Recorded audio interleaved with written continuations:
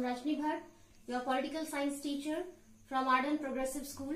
Students, as we know that nowadays we are going to do the second chapter of book number 1, and the name of the chapter is End of Bipolarity Beta. In our previous session beta, we came to know about the meaning of bipolarity. Then we came to know about the steps which led to the disintegration of USSR. Then we came to know about the different steps, okay, to enhance the power of USSR. The political power got enhanced, the economic power got enhanced with the help of the small countries beta. The small countries which decided to join USSR for getting its support and protection beta. And in return, those small countries were supposed to pay handsome money or huge amount of money to USSR for the maintenance of its army as well as the nuclear weapons beta. Then we came to know about the different reasons for the disintegration of USSR. Okay, we came to know about the internal weakness. Okay, economical growth and political growth was going to be very slow. Okay, there was a kind of misuse of resources done by USSR only for the maintenance of the army as well as the nuclear weapons. Instead of doing good deeds for the welfare and goodness of the common people, USSR leaders always got busy to do the maintenance of army and nuclear weapons, because they only believed to show off their power to rest of the countries of the world, especially US, another superpower.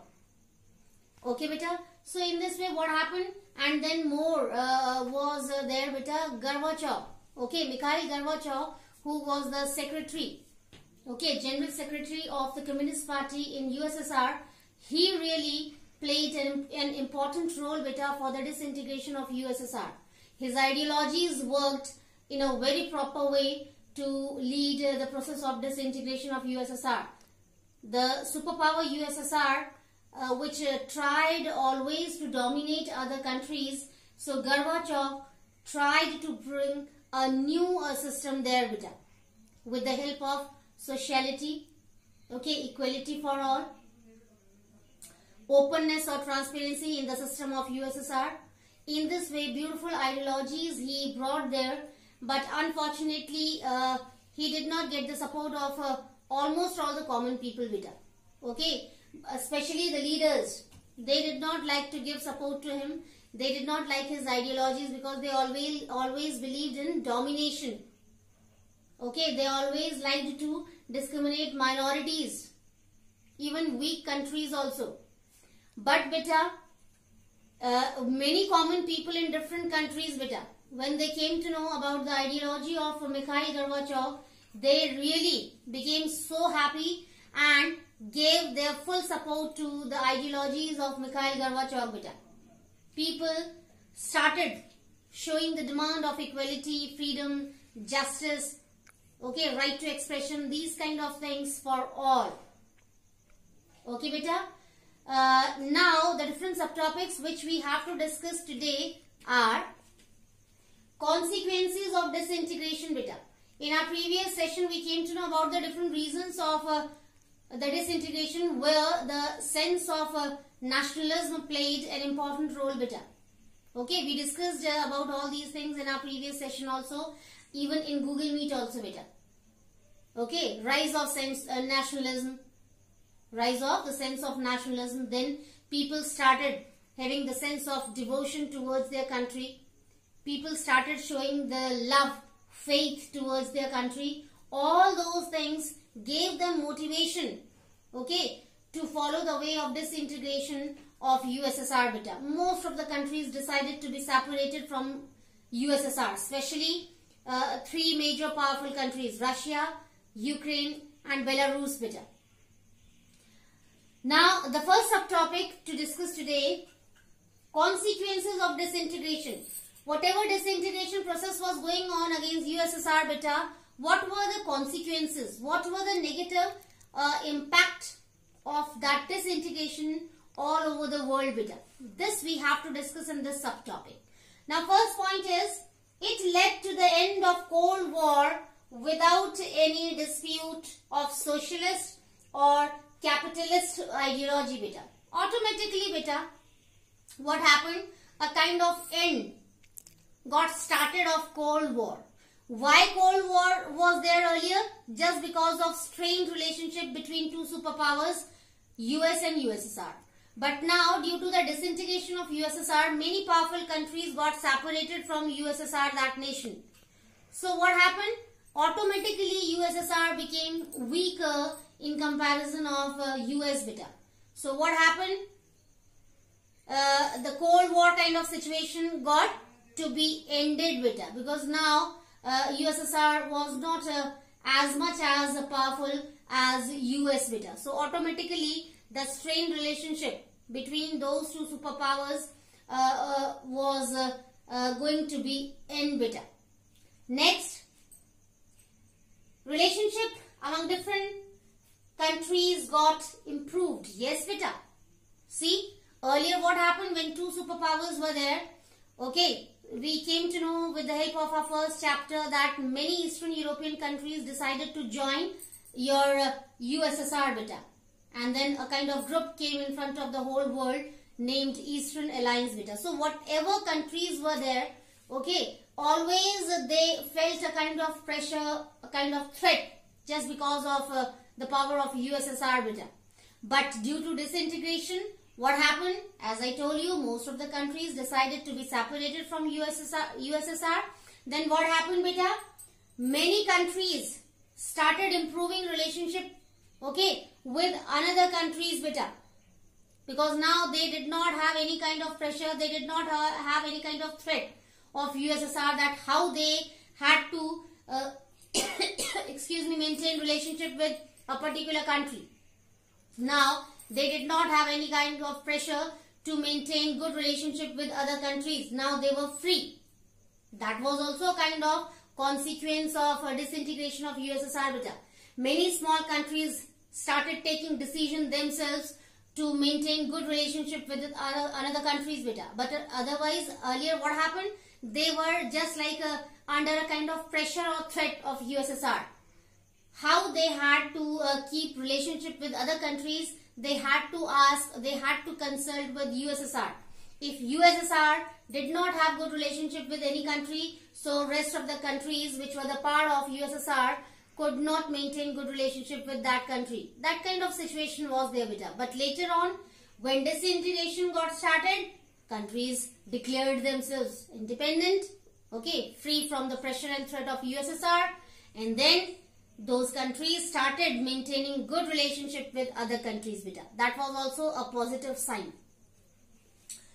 It became the US became the sole superpower, okay, enhancing its economy with full dominance, beta. As I told you, many superpower, means not many superpower we cannot say, because superpower nations were only two, US and USSR. So many other powerful countries less than USSR and US, okay, as decided to get separated from USSR.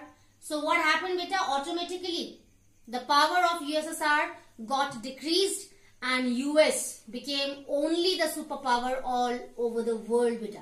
And US started doing the expansion of its power, okay, especially economic power, beta, okay, by taking help of many other countries.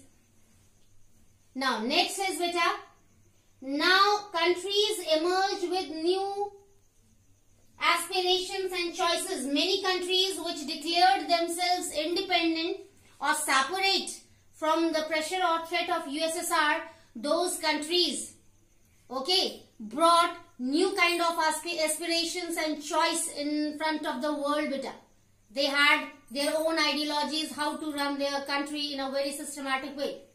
Ideology of social justice, ideology of democracy, ideology of equality, ideology of liberty for all. So in this way, many new countries got emerged after the disintegration of USSR with the new ideologies, with the freedom, with equality, beta. Okay, with new hopes, we can say. Now let's move to the second subtopic, beta. shock therapy in post-communist regimes beta. Okay. Under this subtopic beta, we have to discuss when Russia, Belarus, Ukraine, these kind of powerful countries got separated from USSR beta. So they started maintaining very good relationship with World Bank and IMF. Okay, International, okay, Monetary Fund beta. So this organization not only helps to the poor countries by providing them financial help, but this organization used to help many countries during the attacks, during the war, okay, during the situation of battle or conflict beta. So in this way, when this integration got started, so Russia, Ukraine, Belarus, these kind of countries started maintaining good relationship with the World Bank and IMF beta. Okay, International Monetary Fund. Okay, so that the economy of those countries could get enhanced beta. So that kind of relationship was known as shock therapy beta. Okay, now what happened after that? That is called shock therapy, as I told you, which occurred due to collapse of communalism beta. Okay. If Russia, Belarus, Ukraine, those countries got separated from USSR beta, so that was the result of the end of communalism beta. Okay. Now people started thinking about the sociality. Okay. About equality, about freedom. So that was the result of, means if Russia, Ukraine, Belarus, those countries decided to get separated from USSR, that was the result of the end of communalism also beta. Okay. Now next is beta, USSR bloc totally got affected as the whole system was changed. So for example, trade among the countries of Soviet bloc beta. Again, another point is also there here under shock therapy beta. What happened? Different kinds of changes were there beta. Okay, which were totally against of Soviet, or we can say USSR. For example, in the field of trade beta, okay, there was a kind of change, okay, along with those countries which were the part of USSR beta. Different powerful countries which got separated from USSR, okay, started discrimination, we can say, okay, to do with those countries which were still the part of USSR beta. They did not have good relationship on the basis of trade or business. Okay. Now next is beta. The whole structure was changed to make countries free from pressure of USSR. A kind of a change, okay, was there to bring all over the world so that most of the countries or almost all the countries could get free from the pressure or threat of USSR beta. Almost all the countries started working on that concept beta, so that the countries which were still the part of USSR, those countries could also get the chance to get separated from USSR, to have a separate way to be flourished, to be developed in, or we can say all over the world. Now students, we have to discuss in our next subtopic about the consequences of shock therapy beta. Okay, in previous subtopic we came to know about the shock therapy. Okay, now we have to discuss about the consequences of shock therapy. What negative impact was there of that shock therapy, okay, in the world. First point is, shock therapy ruined the economy and unity among the people of different regions. Under shock therapy beta, we came to know that many other powerful countries like Russia, Ukraine, Belarus, okay, those countries had very good relationship with the World Bank and IMF. So time to time those powerful countries, okay, got the support of those financial institutions beta. So what happened in this way, the economy of the world got started to be affected due to that relationship beta. For many times those countries tried to make a pressure over there. Okay, unnecessarily support was given to those powerful countries. okay, from the side of World Bank and IMF. The countries which needed the support of those financial institutions, those countries did not get the support, okay, and rest of the powerful countries were getting the support continuously beta. So in this way, due to this, the economy of the world got disbalanced and many countries, okay, had a kind of strained relationship with each other beta. People started losing the sense of unity just because of that shock therapy beta. Now next is Russian currency ruble declined. The currency of Russia named ruble declined very dramatically beta. Value of that ruble was going to be down beta. The government stopped giving subsidies which led to poverty as the value of ruble got declined beta. So what happened? The government stopped giving the facility of subsidies and different items beta to the people. And finally what happened beta? The prices were increasing rapidly of different items, and it led to the poverty in country Russia especially beta. Okay, because people became unable to arrange the money for the fulfillment of their demands beta. Now next is democratic institutions were not given proper attention as the demand of enhancement of economy. Okay, what happened beta? The democracy key features were not given proper attention there beta. Justice, equality, freedom, those things became secondary beta. And what became primary? The economic growth. Rest of the things were totally ignored by the government beta. That was also the part of consequence of shock therapy beta. Economy got the proper attention rather than the key features of democracy beta. Now the next point is beta, Russia became richer due to the export of natural resources like oil, natural gas, minerals, etc. What happened beta? Russia started improving its economy beta by using the resources in a very proper way with the help of the process of export beta. For example, oil, natural gas, minerals. Russia started using those resources for exporting to other countries, and in return Russia got handsome money, good amount of money, which really enhanced the economic growth of Russia beta in a very proper way. Now the next subtopic is beta, tension and conflict in Soviet republics beta. After that beta, that shock therapy, what happened regarding USSR? Now this we have to discuss. There were many civil wars in many Soviet republics. As you know that beta, as the process of disintegration got started, many countries started themselves declaring independent. Many countries decided to get separated from USSR. So as a result, what happened beta? A kind of a disbalanced relationship was there among different countries beta. Many civil wars were there among different countries. Countries started losing unity among themselves beta. Most of the countries always got busy in conflict, struggles or disputes. Next, in Russia, Chechnya and Dagestan had violent successionist movement. Okay, there were two divisions of Russia. Okay, Chechnya and your Dagestan. So what happened in those divisions beta?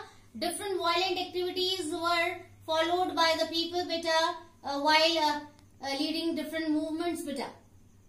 Now next is Tajikistan had also civil war for 10 years. In Tajikistan, what happened beta? There was a kind of civil war which was continued for 10 years beta. Now next, Central Asia became a zone of competition between outside powers and oil companies beta. The Central Asia became a kind of comfort zone or famous zone for what? For the competition regarding outside powers and oil companies beta. These companies had a kind of competition in your Central Asia. Okay. Now next is Czechoslovakia, Slovakia and Yugoslavia divided into several provinces like Bosnia, Slovenia, etc. beta. Again what happened beta? Czechoslovakia and Yugoslavia beta. These kind of regions also had divisions beta in different ways like Bosnia, okay, Slovenia, these kind of territories were there beta. So in this way beta, in today's session we came to know, okay, about the consequences of disintegration beta of USSR. Then we came to know about the shock therapy. After that we discussed about the consequences of shock therapy beta, and at last we came to know about the tension and conflict in Soviet republics beta. Due to the disintegration of USSR beta, different drastic changes came in front of all over the world beta. Okay, few points were positive, few changes were negative beta. Okay, so in this way, with the help of these subtopics beta, we came to know about the process of the separation of different republics from the USSR, and how USSR became means a little bit weak in front of US beta, because many countries which were the part of USSR earlier declared themselves independent beta. So obviously the institution USSR became a little bit weak beta. So that's all for today's session, students. We will meet again in next session with new subtopics. Till then, take care. Have a nice day.